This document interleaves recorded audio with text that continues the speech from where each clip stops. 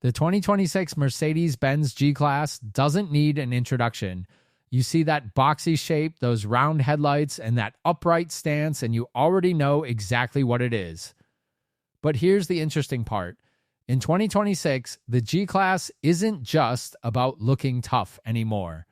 It's trying to be a modern luxury SUV while holding on to the old-school character that made the G-Wagon a legend in the first place.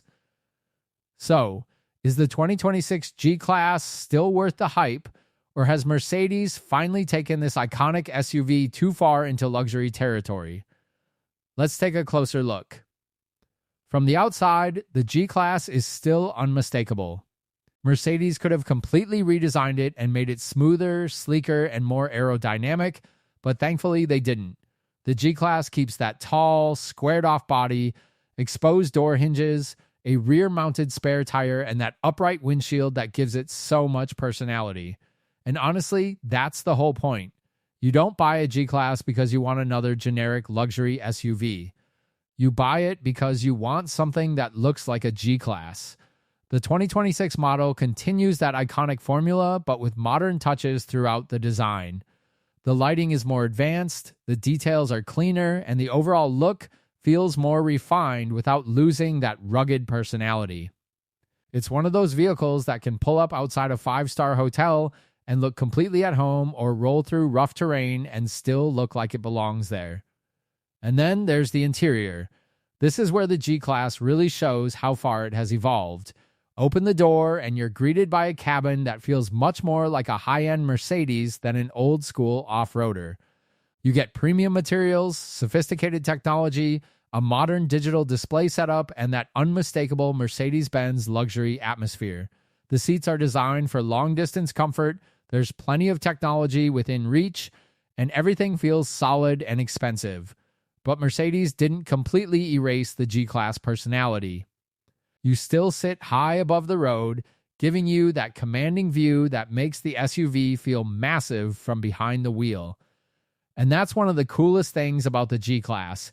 Even when you're sitting in a luxurious cabin surrounded by screens and premium materials, you still feel like you're driving something built for a completely different world.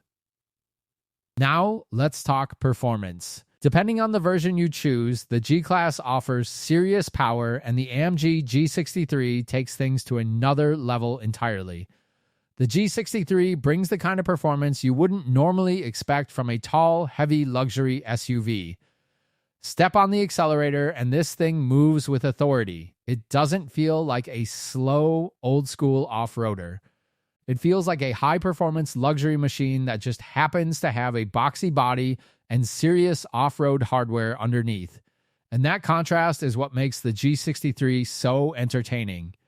You've got a vehicle that can make a serious statement on the highway, but underneath all that luxury, the G-Class still carries the DNA of a vehicle designed to handle difficult terrain.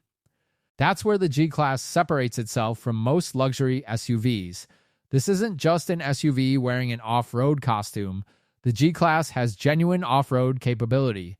Its high ground clearance, rugged construction, sophisticated four-wheel drive system, and specialized off-road technology give it the ability to tackle terrain that most luxury SUVs would rather avoid.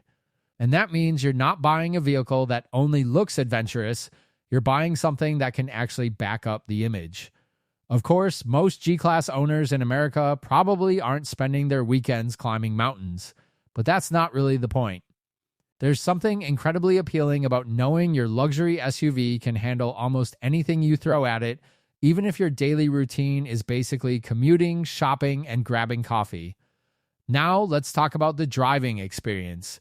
The G-Class has never been a lightweight sports car, and you can feel its size. It's tall, it's heavy, it has a very upright driving position.